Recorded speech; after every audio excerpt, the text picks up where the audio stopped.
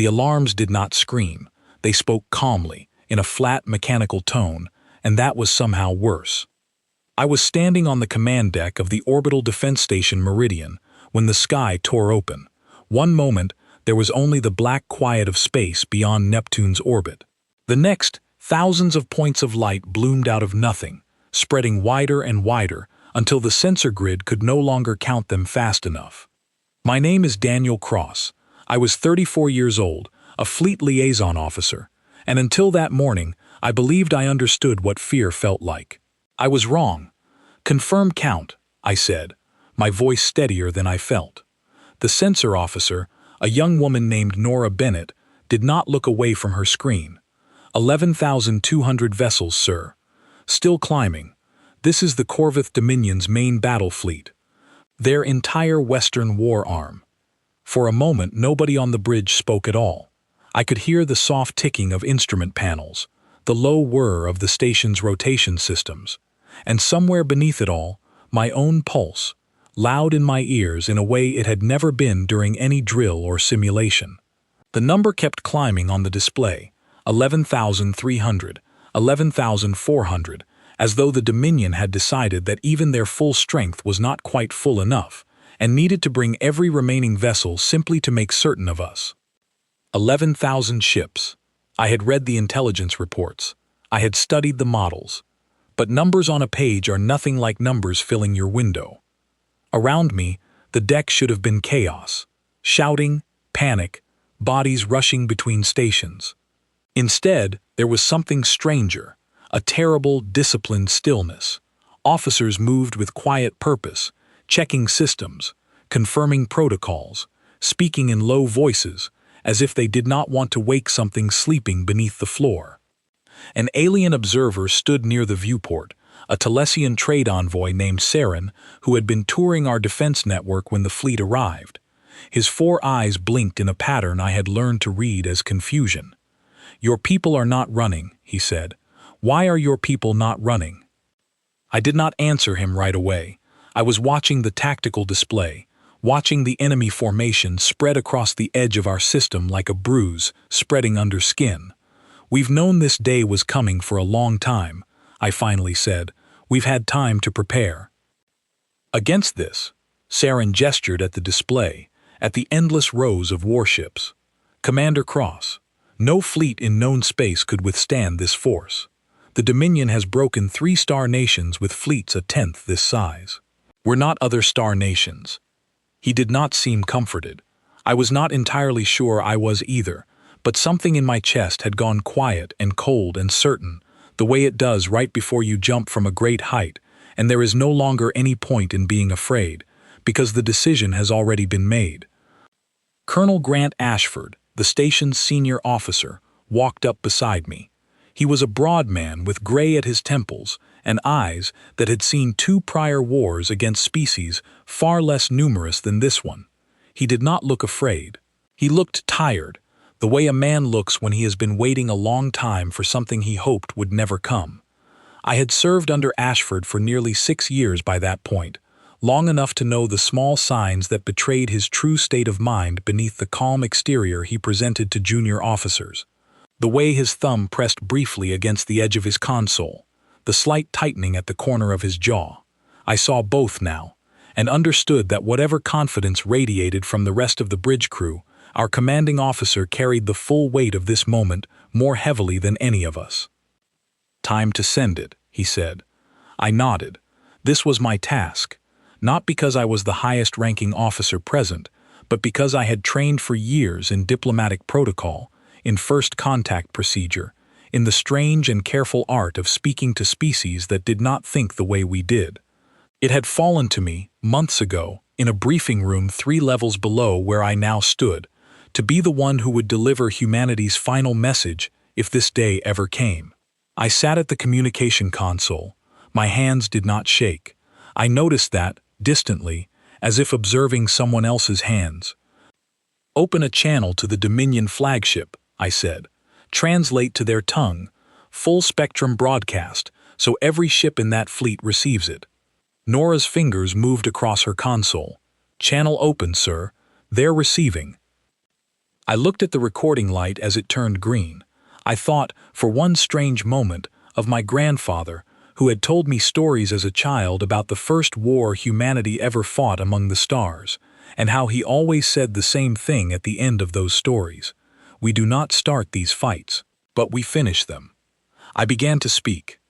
This is Commander Daniel Cross, of the Sol Defense Authority, speaking on behalf of the United Governments of Earth and her colonies. You have entered protected territory with a war fleet numbering in the thousands. We recognize your intent. We have studied your campaigns against the Valari Compact, the Ashen Reach, and the Koran systems. We know what this formation means. I paused, choosing my next words with care, because I knew, whatever happened next, that this message would be studied for generations, by both our people and theirs. We are issuing one warning, only one. Withdraw your fleet from this system within the hour. Return to Dominion space. No further action will be taken against you if you comply. This is not a request born from weakness. It is an offer made because we believe war should never be the first answer, even when it may become the only one. Before I sent that message, Ashford had asked me to read it aloud to him once, in the small briefing room below the command deck, just the two of us, and the quiet hum of the station's reactors. He had listened with his eyes closed, arms folded, and when I finished, he said only one thing: make it sound like an offer, not a threat. They need to hear the door is open before they hear that it can also close. I carried that instruction with me onto the bridge, and I carried it still as I watched the recording light turn green a second time, this time for the true broadcast rather than the rehearsal we had run only an hour earlier. Across the system, I knew similar scenes were unfolding. Colony stations near Mars had gone to quiet alert. Orbital shipyards near Jupiter had paused construction and shifted every available worker toward defense support duties. Families in cities across Earth, watching careful, measured emergency broadcasts designed to inform without inducing panic, were gathering in shelters, not because anyone expected the worst, but because caution costs little and comforts much. I thought of all of them as I began to speak, of the quiet, distributed weight of an entire species holding its breath together, waiting to see what a handful of officers on a distant station would choose to say on its behalf. Saren, standing behind me, made a small sound of disbelief. I continued, "If you choose to advance, you should understand that this will not proceed the way your previous campaigns have proceeded. We do not ask you to trust our word alone. We ask you to consider that a species which has never lost a war it did not choose to fight might have reasons for its confidence that your scouts have not detected." I closed the message the way protocol required, formal and without threat in tone, though the words themselves carried weight enough. The offer stands for 1 hour. After that, the decision becomes yours, and so do its consequences. This channel will remain open should you wish to respond. I ended the transmission and sat back. The bridge was silent except for the soft hum of machinery. Colonel Ashford placed a hand briefly on my shoulder. "Well said. Do you think they'll listen?" Nora asked, not looking away from her sensors. Ashford's jaw tightened. "No, but we had to ask. That's who we are supposed to be, even now." Saren stepped closer to me, his 4 eyes wide. "Commander, forgive me, but I do not understand. Your fleet in this sector numbers perhaps 400 vessels. I have seen your defense grid reports. Your entire home system holds fewer than 2,000 warships in total. You have just warned an armada of 11,000 ships to withdraw, as if the numbers meant nothing to you." I looked back at the display, at the slow crawl of enemy formation lights advancing toward the outer marker buoys of our system. "They don't mean nothing," I said quietly. "They mean a great deal. We've simply learned, over a long and difficult history, that the size of a fleet is not always the same thing as the size of a threat." Saren did not look reassured. Neither, if I am being honest, did I feel entirely reassured myself. But somewhere behind my ribs, in that same cold, certain place, I felt something else beginning to stir. Not hope exactly, something closer to quiet resolve. The clock on the console began to count down from 1 hour. 60 minutes for 11,000 ships to decide whether they wanted to learn the answer to a question they had not thought to ask. I watched the numbers fall, and I found myself hoping, for the sake of every crew member on those alien ships who had families waiting somewhere behind them, that they would choose to turn around. I did not believe they would, but I hoped it anyway. Below the command deck, I could hear the low murmur of other officers moving through the corridors, checking systems one final time, some of them pausing to look out through smaller viewports at the same distant lights I had been watching. Nobody spoke loudly. Nobody ran. There was only that same strange, disciplined quiet, the quiet of people who had trained for this moment for so long that when it finally arrived, their bodies simply did what their training told them to do, while their minds tried to catch up with the size of what was happening. Ashford stood a short distance away, watching the same countdown clock I was watching, his hands clasped loosely behind his back. He did not look at me. He did not need to. We both understood, without needing to say it aloud, that everything we had built over the past decades was about to be tested in a way no simulation could ever fully replicate. Because I already knew what would happen if they did not. The response came in 30 minutes, not 60. I remember that detail clearly, because it meant they had not even used the full hour we offered. They did not need it. The screen flickered, and the face of an alien commander filled the display. His name, according to our intelligence files, was Vorik Thane, Supreme Commander of the Dominion's Western War Arm. He had a long, angular face, pale gray skin, and dark eyes set too far apart for human comfort. When he spoke, his mouth moved in ways that did not quite match the translated words, giving every sentence a strange, layered quality, as if two different creatures were speaking at once. Commander Cross. He said my name the way one might say the name of an insect that had wandered too close to something important. I have received your warning, I confess. My officers found it entertaining. Behind him, I could see other Dominion officers on the flagship bridge, their expressions unreadable to me, though something in their posture suggested amusement, or perhaps contempt. It was difficult to say. I had studied their species for years, and I still could not read them the way I could read a human face. I had studied Vorik Thane's record extensively during my years of preparation. He had risen through Dominion ranks by conquering 4 separate star systems, each campaign shorter and more decisive than the last, until his name had become something spoken with a mixture of fear and reverence across a dozen subjugated worlds. He was not a reckless commander.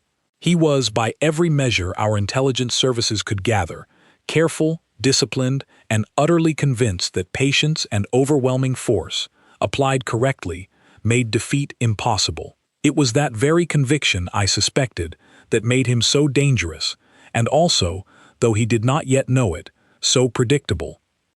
You have 11,000 ships, and a species less than 2 centuries removed from your homeworld's first steps into space, Thane continued. You have fought perhaps a dozen conflicts against enemies who were, forgive my bluntness, unimpressive, and you believe this qualifies you to warn me. I am not questioning your strength, Commander Thane, I said. I am telling you the outcome of what happens if you use it here. He laughed. It was a strange sound through the translator, something between a cough and a bark, and it was echoed by several officers behind him. The Valari Compact warned us as well, he said. So did the Ashen Reach. So did the Corin systems, in the final hour before we broke their capital world. Warnings are the last comfort of the weak, Commander. They cost nothing to give and nothing to receive. I do not fault you for offering one. I simply will not honor it. Then you understand, I said carefully, that whatever happens next was a choice you made, with full information, and not a surprise inflicted upon you. Something shifted in his expression then, something I could not quite place. Perhaps irritation at my calm, perhaps a flicker of uncertainty he did not want his officers to see. It passed quickly. I have crushed 3 star nations, Commander Cross. I have seen the ashes of 100 worlds that believed their gods, or their weapons, or their courage would save them. Your species built impressive stations and clever ships, for your age, but you are still young. You do not yet understand what true power looks like." I let his words settle a moment before answering, aware that everything said in this exchange would likely be studied by historians on both sides regardless of how the day ended. Power that requires 100 worlds to prove itself sounds less like strength to me, Commander Thane, and more like a long habit that has simply never been tested against something it did not expect. I would ask only that you consider, as a possibility, and nothing more, that you may be standing at the edge of that exception right now." His dark eyes narrowed slightly, though whether from irritation or the faint beginning of doubt, I could not tell through the imperfect translation. "Perhaps not," I said, "but we understand what patience looks like, and we have had a very long time to prepare for a day like today." The channel closed from their side without further words. Thane did not even wait for a response. The screen simply went dark, and in its place, the tactical display resumed, showing the Dominion fleet's slow, unbothered advance, continuing exactly as it had before. I sat back in my chair and let out a long breath. "That went about as well as I expected," Ashford said from beside me. "They're not even bothering to accelerate," Nora said, frowning at her console. "Their formation hasn't changed at all. It's like our warning meant nothing to their strategy." "It didn't," I said. "To them, we're a footnote, a young species who got lucky in a few border skirmishes and started believing our own legend." Saren, still standing near the viewport, turned to look at me. "Commander, I have followed Dominion campaigns for many years in my trade work. What Thane said was not exaggeration. The Volari Compact possessed nearly 9,000 warships when the Dominion arrived. Within 3 days, fewer than 200 remained, and the Compact's home system was reduced to little more than debris and silence. If what awaits your people is the same fate, I would rather know now, so that I might carry word of what happened here to those who remember your species kindly." Saren's 4 eyes moved from me to the tactical display and back again, as though searching for some detail that might contradict his own memory. I was present, in a trade capacity, during the final days of the Corran Systems campaign. I watched their capital world go dark, from a passenger transport 3 systems away. The sensors on that transport recorded the entire event, and traders still speak of it in quiet voices even now, years later. I do not say this to frighten you, Commander Cross. I say it because I do not wish to watch it happen twice, to a people who have shown me nothing but courtesy during my time among you. I did not answer him immediately. I understood his fear. I had felt something like it myself, in the quiet hours before this day, lying awake and wondering if all our preparation, all our confidence, was simply the last comforting delusion of a species about to be erased. "I can't promise you the outcome, Saren," I said honestly. "No one can promise the outcome of any battle. But I can tell you this, we did not build our defense around hoping for luck. We built it around a very long, very careful understanding of exactly what the Dominion does, how it fights, and what it has never once had to face before." "And what is that?" Saren asked. I glanced at Ashford, who gave a small nod, permission enough to share what could be shared. "An enemy who was never in a hurry," I said. "The Dominion conquers quickly, because every civilization it has faced was still building its defenses when the fleet arrived. We are not building ours today. We finished a long time ago." Nearby, a young officer I did not recognize well, a communications technician named Owen Pratt, spoke up hesitantly from his station. "Sir, may I ask something?" "Go ahead," I said. "Are we really ready? I mean truly ready. Not the version we tell the public, or the version in the briefings. I have a brother stationed on the outer picket line. I keep telling myself we're going to be fine, but I don't actually know if that's true, or if I just need it to be true." The bridge went quieter. Even Ashford turned slightly to listen, though he did not answer. I think he wanted to hear what I would say, the way many of the older officers seemed to want to hear it, as if my answer might settle something in themselves as well. I thought carefully before I spoke, because I did not want to lie to him, and I did not want to frighten him either. "I won't tell you nothing will be lost today, Owen," I said. "That would be a lie, and you'd know it the moment the first shots are fired. People will be lost today. Maybe your brother's line, maybe mine, Maybe stations we've never heard of before this morning become names we remember for the rest of our lives. That is the truth of what is coming. I paused, and let that truth sit in the air a moment before continuing. But I also believe, with everything I have studied and everything I have seen in the years I've spent preparing for this exact day, that the fleet bearing down on us right now is about to discover something no enemy of ours has ever discovered in time to change their strategy. They believe they understand what humanity is capable of. They are wrong. And being wrong against an enemy who has spent generations preparing quietly while pretending to be young and unremarkable is usually a very expensive mistake. Owen nodded slowly, something in his shoulders loosening slightly. Thank you, sir. I think I needed to hear someone say it plainly, instead of just reading it off a briefing sheet. Plain truth is usually the only kind worth giving, I said, especially today. A woman at the station beside Owen, a young sensor technician named Grace Hollis, spoke up quietly without turning from her console. My father served during the border skirmishes 11 years ago. He always said the worst part wasn't the fighting itself, it was the waiting beforehand. He said once the shooting starts, your training takes over and there isn't room left for fear. It's the hours before that test you. He sounds like he understood something important, I said, but I think about what he said every time I put on this uniform. The bridge fell quiet again. Not an uncomfortable silence, but the kind that settles over people who have just shared something true and do not need to fill the space around it with more words. Ashford placed a hand on my shoulder briefly, a small gesture of approval, then turned back to the display. The countdown clock, which had continued running in the corner of the tactical screen even through the exchange with Thane, reached its final minute. 60 seconds, 50, 40. I watched the Dominion fleet's icons continue their slow crawl across the display, utterly unbothered, utterly certain of their own inevitability. 30 seconds.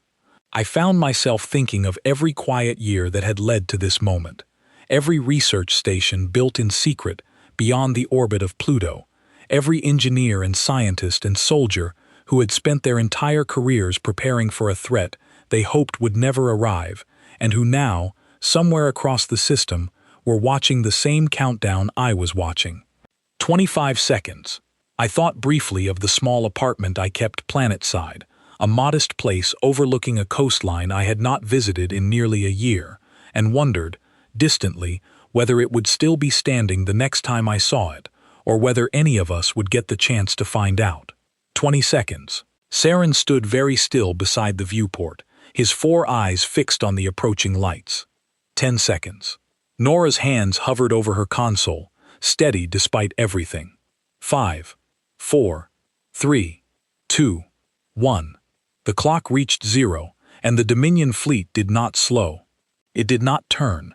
It did not hesitate even slightly. It simply kept coming, 11,000 ships strong, exactly as it had been coming since the moment it first tore open the dark beyond Neptune's orbit, as though the warning we had given had already been forgotten the instant it was spoken.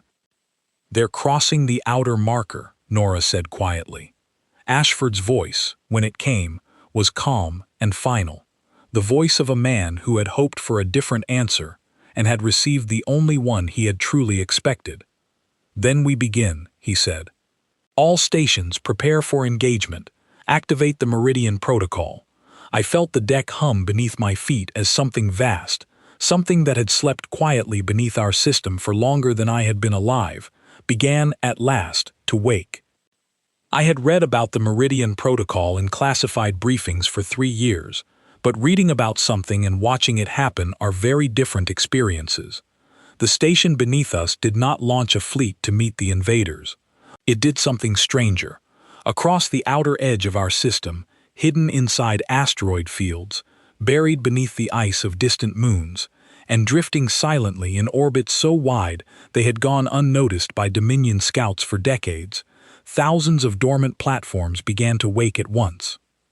"Sir, I'm reading power signatures across 40 separate locations," Nora said, her voice tightening with disbelief, even though she had surely studied the same briefings I had.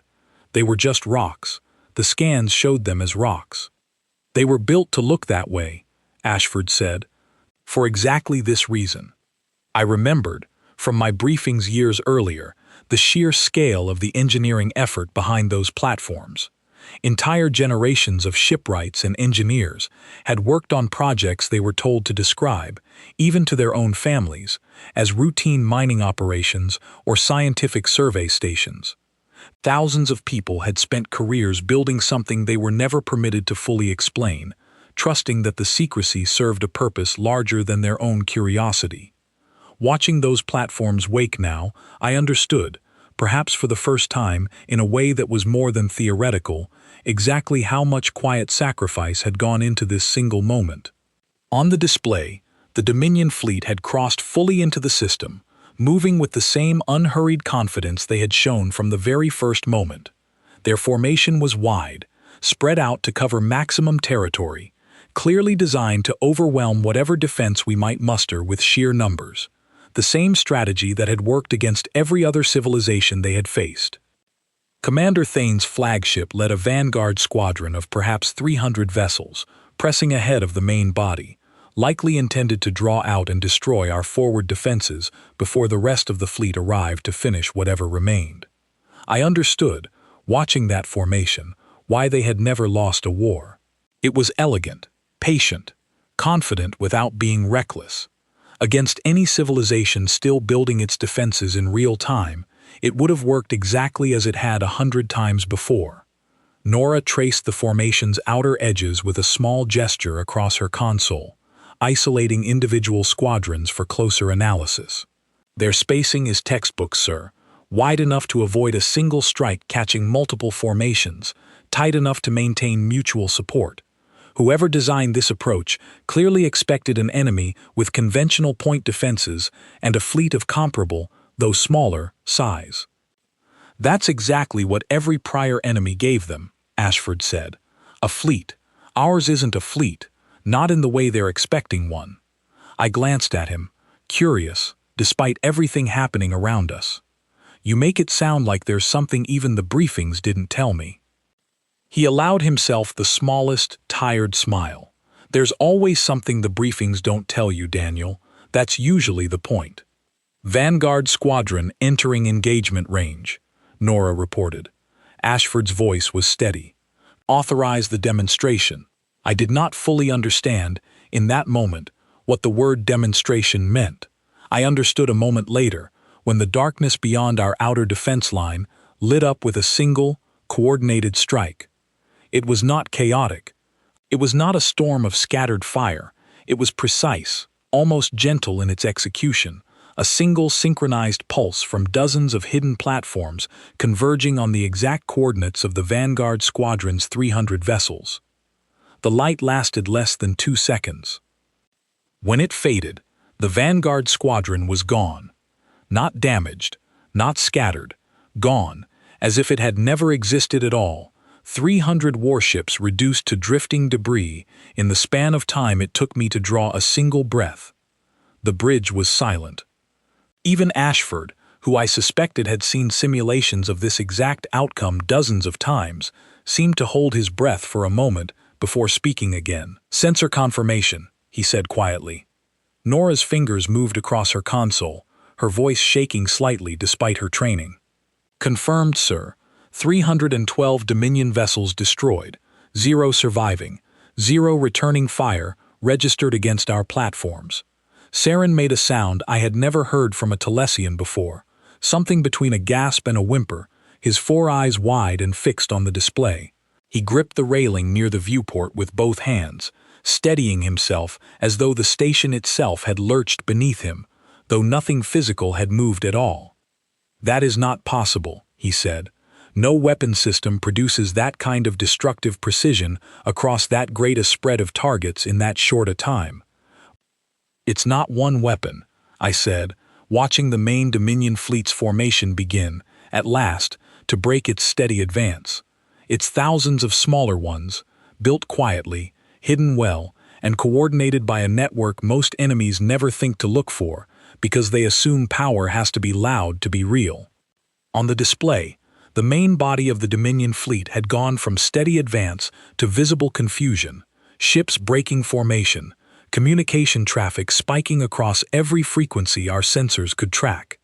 "They're pulling back their center formation," Nora said, reforming into a defensive posture. "Sir, I don't think they expected any resistance at all, let alone this."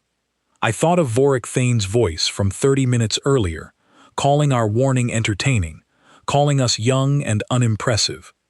I did not feel satisfaction watching his fleet scramble in confusion. I felt something closer to grim recognition, the quiet certainty of a warning that had been given honestly and ignored anyway.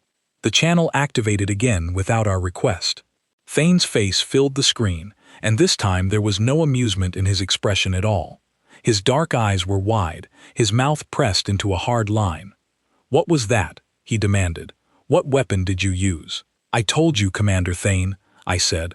"We finished building our defenses a long time ago. Your vanguard simply became the first to learn what that meant." 300 vessels, he said, and for the first time his voice carried something other than contempt. "Gone. In under 2 seconds. That is not possible for a species at your level of development." "And yet it happened," I said. "You have 11 hours before your entire main fleet enters the same engagement range your vanguard just occupied. I am not asking you to trust our warning this time. I am asking you to trust your own sensors." He said nothing for a long moment, his officers behind him exchanging glances I could not fully interpret. "This changes nothing," he finally said, though his voice had lost some of its earlier certainty. "We have faced advanced weapon platforms before. Every civilization believes its final defense will save it. Every one of them was wrong. The channel closed again. Behind Thane, on his own bridge, I could see officers exchanging glances that no longer carried any trace of the amusement they had shown during our first exchange. One of them, a younger officer standing near the edge of the frame, looked away from the screen entirely, his shoulders visibly tense, as though he already understood something his commander was not yet ready to accept. Ashford exhaled slowly beside me. "He's still advancing." "I know," I said. "Sir," Nora said, her voice careful, "our own casualty projections for full engagement, even with the Meridian Protocol active, are not zero. The models show we'll lose defense platforms in the second and third waves as they adapt their approach vectors." I nodded. I had read those same projections during my years of preparation, and I had hoped, the way everyone on that bridge had hoped, that we would never need to see whether they were accurate. "Understood," Ashford said. "Bring the secondary grid online." Full activation ended. The station shuddered gently beneath us, as more of the system's hidden defenses stirred to life, an entire architecture of patient, quiet preparation finally revealing itself after decades spent looking like nothing more than empty rock and drifting ice. I watched the Dominion's main fleet begin its next advance, slower now, more cautious, spreading its formation wider still in an attempt to avoid whatever had claimed its vanguard so completely. It would not be enough. I understood that even as I watched them adjust, because our defense network had not been built around striking a single formation. It had been built around understanding, in exhaustive detail, exactly how an enemy would try to adapt after witnessing something like what they had just witnessed. Somewhere in that advancing fleet were thousands of crew members who had woken that morning believing they served in an unstoppable force, about to discover, slowly and painfully, that their confidence had been built on an incomplete picture of the galaxy they were trying to conquer. I did not feel joy watching it unfold. I felt the same tired, heavy certainty Ashford's eyes had carried since the moment the fleet first appeared, the certainty of a species that had given every honest warning it could give, and now had no choice left but to finish what someone else had chosen to start. I stood watching the display, my hands resting flat against the edge of the console, and found myself thinking of the message I had sent only a few hours earlier, the careful, formal words offering withdrawal instead of ruin. I had meant every word of it. I still meant it, even now, watching the consequences of its refusal begin to unfold in earnest. A warning given honestly does not lose its honesty simply because it is ignored. It only becomes a promise instead, one that now had to be kept. The second wave of Dominion ships crossed into range, and the defense grid, patient and vast and long hidden, began to answer. The battle that followed did not look like the battles I had studied in history archives, the ones fought between roughly matched fleets, trading fire across open space for hours or days. It looked instead like a slow, methodical unraveling, the kind of thing that happens when one side has spent generations preparing for a fight the other side did not know it was already losing. Dominion ships adjusted their formations, spreading wider, dropping countermeasures, attempting evasive patterns that had likely broken the defenses of 100 other civilizations. Our hidden platforms adjusted in turn, calm and patient, coordinating through networks the Dominion's sensors still could not fully locate, even as their effects became impossible to ignore. I watched formation after formation attempt to break through toward the inner system, only to be met by precise, targeted strikes that seemed to understand their maneuvers before they finished executing them. Some Dominion captains tried scattering their ships into smaller, independent groups, hoping to slip past our defense grid through sheer unpredictability. Others attempted to mass their firepower against single sections of our network, hoping brute force might overwhelm a handful of platforms even if it could not overwhelm the whole. Neither approach worked as they hoped. Our system had been designed, over decades, around the assumption that any enemy encountering it for the first time would try exactly these kinds of adaptations, and countermeasures for each had been built in long before Vorik Thane's fleet ever crossed into our territory. "They're trying a flanking approach along the northern approach vector," Nora reported, her voice steadier now, though still carrying the strain of everything she had witnessed in the past hour. Grid response, in 3, 2, 1.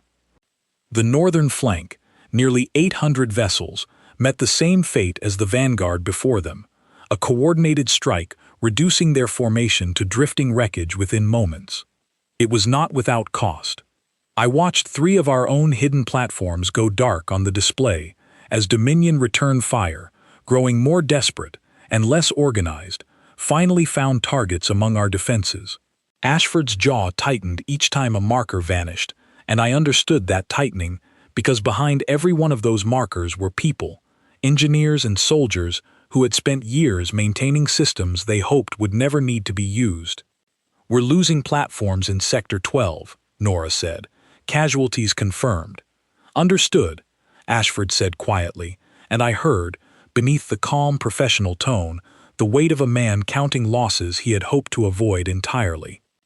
I thought of the crews aboard those platforms, engineers and technicians who had spent years maintaining systems tucked inside hollowed-out asteroids, far from home, far from recognition, doing quiet work that most of the public would never know existed. They had not signed up expecting glory. They had signed up understanding that someone needed to keep watch over the dark, patiently, for as long as it took, and that the day their work finally mattered might also be the day it cost them everything. I made a private promise to myself, watching their markers vanish from the display, that their names would not be forgotten simply because their service had been quiet. I said nothing for a moment, watching the tactical display shift and change, watching an armada that had broken 3-star nations slowly come apart against a defense they had never known to expect. During the second hour, I watched a group of nearly 200 Dominion vessels attempt something almost desperate, a tight, concentrated dive directly toward the Meridian Station itself, as though Vorik Thane's remaining officers believed that removing our command center might disrupt the coordination of the wider defense grid. Ashford ordered the station's own point defenses active for the first time that day, and for several long minutes the bridge shook gently under the recoil of weapons fire I had never before heard outside of training footage. Nora's voice remained steady even as alarms flared briefly across 2 of our own outer decks, calling out targeting corrections in a clipped, professional rhythm that I found, oddly, more reassuring than silence would have been. The dive failed. Whatever coordination the Dominion officers had hoped to disrupt proved far more distributed and redundant than they anticipated, and the 200 vessels were turned back before they came within a dangerous range of the station, though not without cost on both sides. I watched 2 more of our own platforms go dark during that exchange, and felt, For the first time since the battle began, a small tremor of real fear passed through me, not for the outcome of the war, which I still believed we would survive, but for the people I had come to know personally over the preceding hours, whose fates were being decided in fractions of a second on a screen in front of me. By the third hour, the Dominion's formation had lost coherence entirely. Communication traffic across their fleet had grown frantic, contradictory orders overlapping as different commanders attempted different strategies, none of them accounting for the full scope of what they were facing. Saren, who had remained near the viewport through the entire engagement, finally spoke, his voice quiet, with something that sounded almost like reverence. "I have studied Dominion campaigns for most of my career, Commander Cross. I have never seen a fleet of this size lose formation discipline this quickly. Their commanders are no longer fighting a coordinated battle. They are fighting to survive individually." "That's usually what happens," I said, "when an enemy built entirely around overwhelming force finally meets something it cannot overwhelm." Saren lingered near me a moment longer, his four eyes shifting between the display and my face, as though trying to reconcile the calm officer standing beside him with the scale of destruction still unfolding across the system. "I will confess something to you, Commander Cross, that I would not have admitted this morning. Part of me came aboard this station expecting to record humanity's final hours, so that some record of your species might survive even if you did not. I did not expect to instead be recording the unraveling of the very fleet I believed would end you. I hope you won't need either record today," I said. "Not the one you expected, and not one that simply celebrates a victory. I'd rather this be remembered as the day two peoples were forced to understand each other, even if that understanding began in the worst possible way." He considered that for a long moment, then gave a small, formal bow of his head, a Telesian gesture I had learned, during his time aboard our station, to recognize as genuine respect. The channel opened again, unrequested, and this time it was not Thane's face that appeared, but a different officer, younger, her expression carrying open fear rather than contempt. "This is Fleet Commander Yessa Rel, second in command of the Western War Arm," she said quickly. "Commander Thane's vessel was lost during the northern engagement. I am requesting a cessation of hostilities." The bridge went quiet. I glanced at Ashford, who gave a small nod, and I understood that the next words belonged to me. "Commander Rel," I said carefully, "we offered your fleet the chance to withdraw before this began. That offer was refused." "I understand," she said, and I could hear something raw beneath her careful, formal tone, something like the exhaustion of a person who had watched colleagues and friends disappear from her sensors over the past several hours. "I am not asking you to forget that. I am asking whether the offer might still exist for what remains of this fleet." I felt every eye on the bridge turn toward me, waiting. I thought of the 300 vessels lost in the first strike, of the 800 lost along the northern flank, of the countless others scattered across the system in various states of ruin. I thought of the people aboard those ships, many of whom had likely never wanted this war any more than we had, following orders from commanders who believed victory was guaranteed. I thought too of our own losses, the platforms gone dark in Sector 12, the two lost during the dive on the station itself, the people we would spend the coming days and weeks mourning. War. Even a war we had prepared for across generations, even a war we ultimately survived with our worlds intact, still carried a weight that no amount of preparation could fully soften. I understood, standing there with every eye on the bridge waiting for my answer, that whatever I chose to say next would shape how this day was remembered, not only by historians on both sides, but by every person who had lost someone during the hours it had taken to reach this point. She hesitated before answering, and I could see, even through the imperfect quality of the translated feed, that her hands were trembling slightly at her console. "Commander Thane believed until his final moments that your defenses would falter under sustained pressure. He was wrong, and many under his command paid for that belief. I do not wish to make the same mistake twice." "How many ships remain under your command?" I asked, "and what condition are they in?" "Approximately 4,000 vessels," she said. "Many damaged. Morale has broken across much of the fleet. I no longer believe continued engagement serves any purpose beyond further loss on both sides.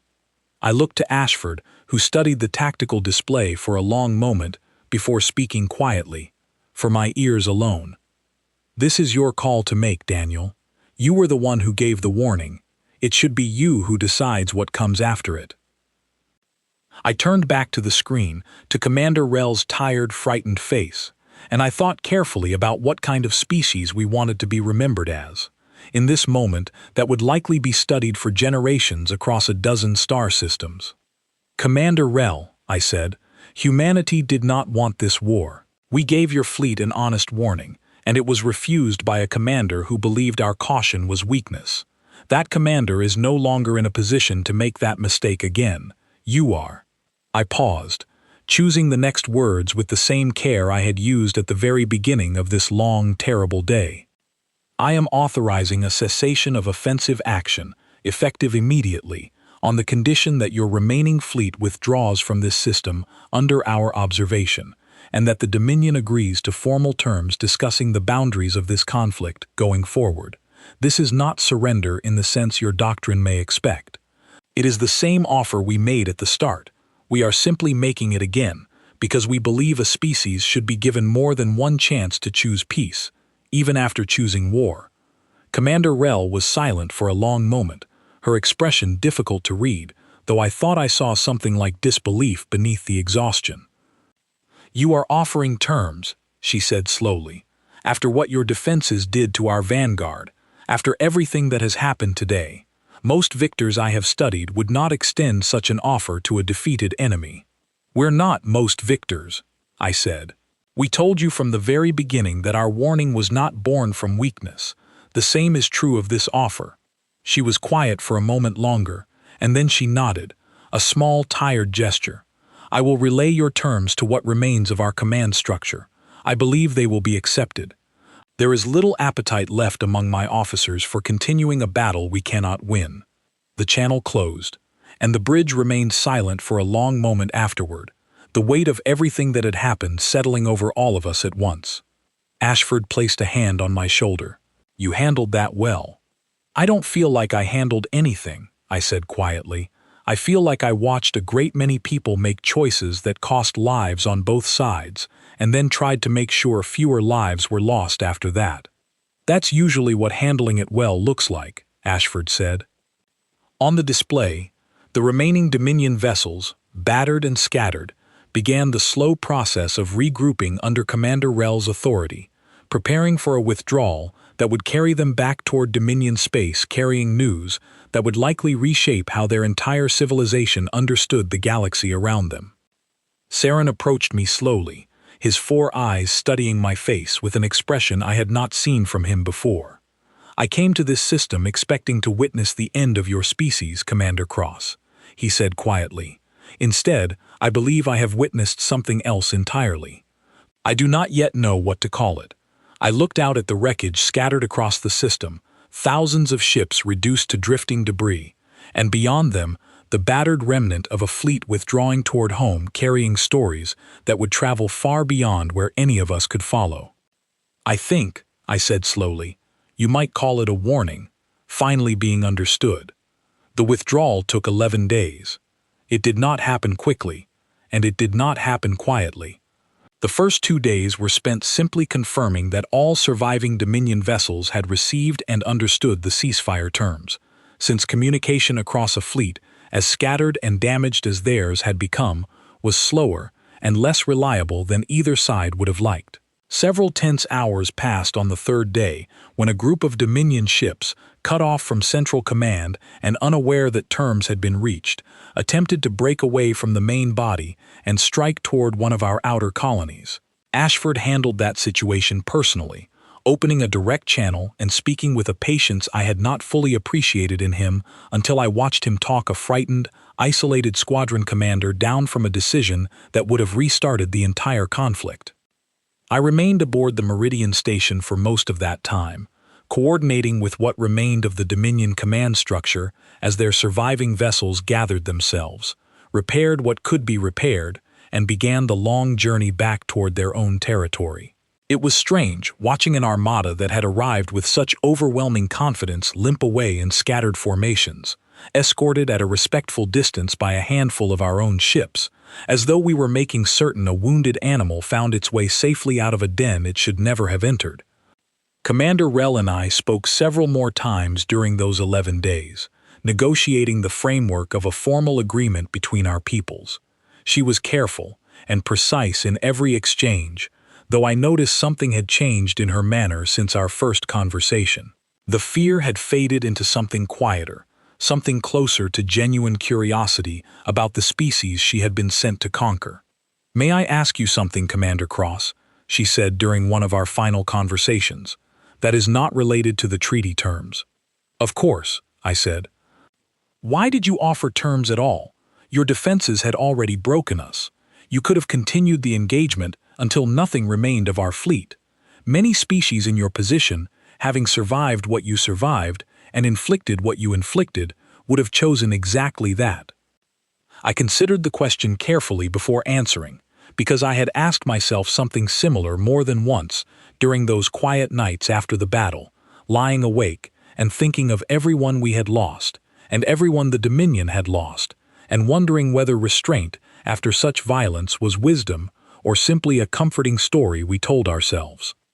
"We could have," I admitted, "but I don't think destroying the rest of your fleet would have made us safer, Commander Rel. I think it would have made us exactly the kind of threat we spent generations trying not to become. Our warning at the beginning of all this was never really about you. It was about who we intended to be, regardless of what you chose to do." She was quiet for a long moment. "That is not a philosophy my people are accustomed to hearing from a victorious power." "Maybe that's part of why it needed to be said," I replied. During one of those conversations, on the 7th day of the withdrawal, Commander Rel asked me quietly how many of our own people had been lost during the engagement. I told her honestly, giving her the number our command had confirmed by that point, a number far smaller than the losses on her side, but not small enough that any of us on the Meridian station had stopped feeling its weight. She was silent for a long moment after I answered. "I expected you to inflate that number," she finally said. "Many commanders exaggerate their own losses after a victory, to appear more sympathetic, or to diminish the scale of what they accomplished against a defeated enemy. I have no reason to do that," I said. "The number is what it is. I don't think pretending otherwise would honor the people we lost, or change anything about what happened here." "Your honesty is unusual," she said. "Among my own people, information after a defeat is rarely shared this freely, even between former enemies discussing terms of peace." "Maybe that's part of what we're trying to change," I said.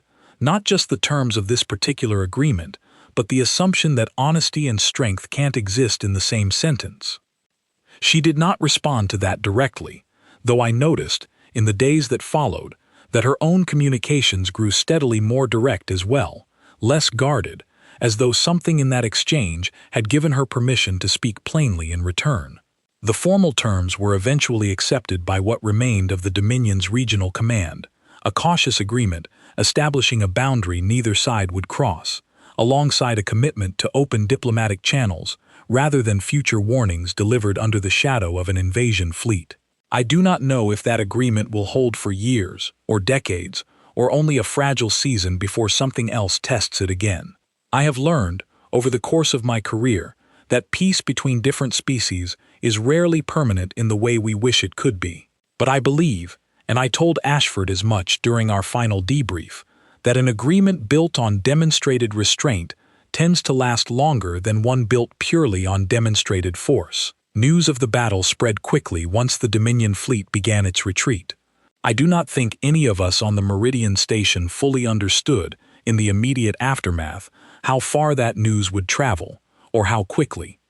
Within weeks, representatives from a dozen different star nations, some allied with us, some neutral, some who had never before shown much interest in human affairs, requested formal audiences with our diplomatic corps. Our embassies, small and modestly staffed compared to those of older, more established powers, found themselves suddenly overwhelmed with requests for meetings, trade proposals, and cautious inquiries about the nature of our defense capabilities. I heard, secondhand, that one delegation from a distant trade consortium had sent a representative all the way to Earth simply to observe, in person, how ordinary citizens spoke about the battle in public spaces, as though the true measure of our character could be found not in official statements, but in the quiet conversations of people who had lived through the fear of it. Saren, who remained aboard our station far longer than his original trade mission required, told me it was because word of the battle had reached every corner of known space faster than any prior event in recent memory. Your species has always been viewed a certain way among the wider community, Commander Cross, he told me one evening as we watched the last of the wreckage being cleared from the outer system. Young, ambitious, a little reckless perhaps, given how quickly you expanded once you reached the stars. Many considered you a curiosity rather than a serious power. Interesting, but ultimately fragile, the way a bright flame can be interesting right before it burns out. And now? I asked. Now they are asking very different questions, he said. Not about whether you survived. Everyone already knows you survived. They are asking how you survived, and more importantly, they are asking why, having survived so completely, you chose restraint rather than retribution. That second question troubles some of them more than the battle itself.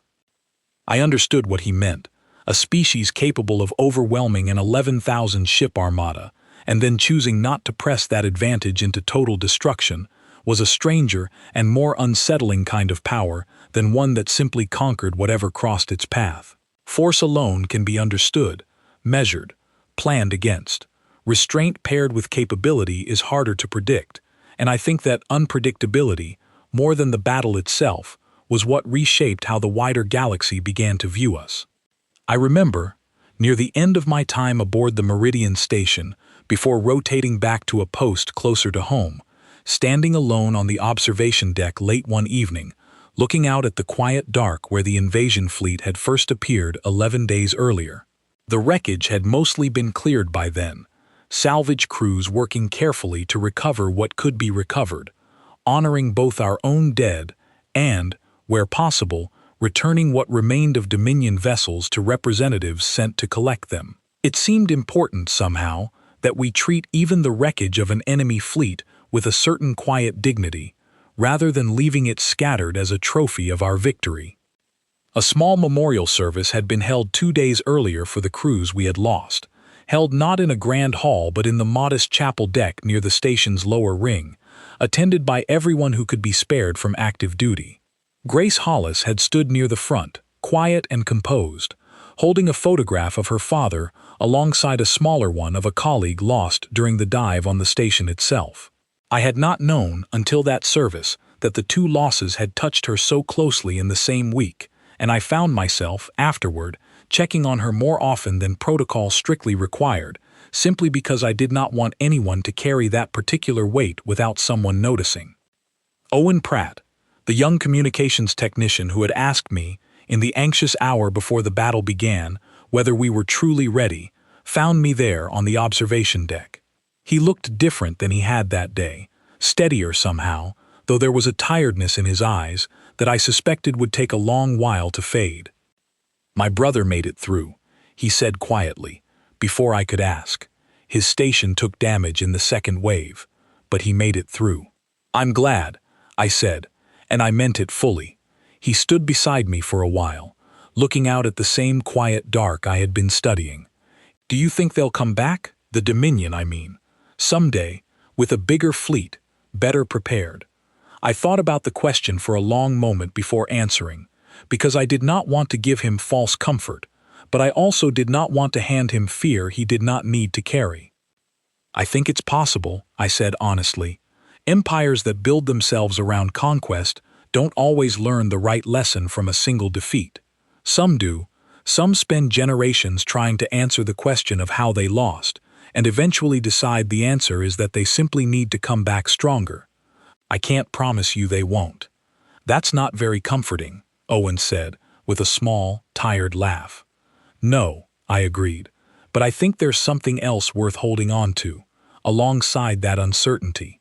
We faced the largest invasion fleet in recorded history today, and we did not lose ourselves in the process of surviving it. We didn't become the kind of power that destroys everything in its path, simply because it can. If they come back, we'll be ready again. But more importantly, we'll still be the same people we were before they arrived. I think that matters more than most people realize, in the long run. Owen considered that for a while, watching the stars. My grandmother used to say something like that. She said the real test of strength isn't whether you can win a fight, it's who you still are after you've won it. I smiled, thinking of my own grandfather and the stories he used to tell me as a child. She sounds like she was a wise woman. She was, Owen said quietly. We stood there together a while longer, two people among many who had spent the past 11 days doing our small part to hold together something much larger than either of us, watching the dark where an armada of 11,000 ships had once appeared, certain of its own inevitability, only to discover that the galaxy still held surprises even for the powers that believed they had already conquered every kind of resistance worth fearing. Eventually, Owen returned to his post, and I remained alone a while longer, thinking about Grace Hollis and her father, about the engineers who had spent careers maintaining hidden platforms most of humanity would never know existed, about Commander Rel's tired, careful voice asking whether an offer of peace might still stand after so much had already been lost. I thought about all the small, unremarkable choices, made quietly over decades by people who never expected recognition, that had somehow gathered together into the single, enormous choice our species made on that one long day. It occurred to me that history rarely remembers those smaller choices, only the final dramatic moment they eventually produce, and I found myself hoping that somewhere, in whatever records our people kept of that day, the quieter names would not be entirely forgotten alongside the louder ones. I think often, even now, about that first message I sent across the void toward Commander Thane's flagship, back when the fleet first arrived, and the outcome of everything that followed was still entirely uncertain. I think about how easy it would have been to send no warning at all, to let our hidden defenses simply do what they were built to do without offering the enemy any chance to turn aside first. I think many species, faced with an invasion fleet that size, might have chosen exactly that path, and few would have blamed them for it. But I believe, and I have come to believe it more firmly with every year that has passed since that day, that the warning itself was never really about giving the Dominion a fair chance, though it did give them one. It was about the kind of people we chose to be before anyone else decided that question for us. We built our defenses in quiet patience for generations, not because we wished for war, but because we understood, with clear eyes, that the galaxy does not always reward peaceful intentions with peaceful outcomes. And when the moment finally came to use everything we had built, we did not let the scale of the threat convince us to abandon the values that had guided us in building it. We gave one warning. It was refused. What followed was not something we celebrated, though I will admit there was a quiet, heavy relief in surviving it. And when the moment came to decide what kind of victors we would be, we chose, once more, to offer a chance, rather than simply take what our advantage allowed us to take. I do not know what the wider galaxy will ultimately decide to make of that choice, whether it will be remembered as wisdom or as a mercy some future enemy will one day try to exploit. I only know that when I stood on that observation deck, looking out at the quiet dark where so much had nearly been lost, I did not regret the warning we gave, nor the terms we offered afterward. We told them, at the very beginning of that long day, that whatever happened next would be a choice, and that the choice belonged to them. I still believe that is true. I believe it is the truest thing I said during the entire course of that battle. What happens after a warning is given is never really about the strength of the one who gives it. It is about the character of the one who chooses whether to listen. The Dominion chose not to listen, and they paid a price for that choice heavier than anything they had anticipated. But we chose, both before and after that price was paid, to remain the kind of people who give warnings honestly, and who offer mercy even to those who refuse to hear it the first time. I think, in the end, that is the only victory worth remembering.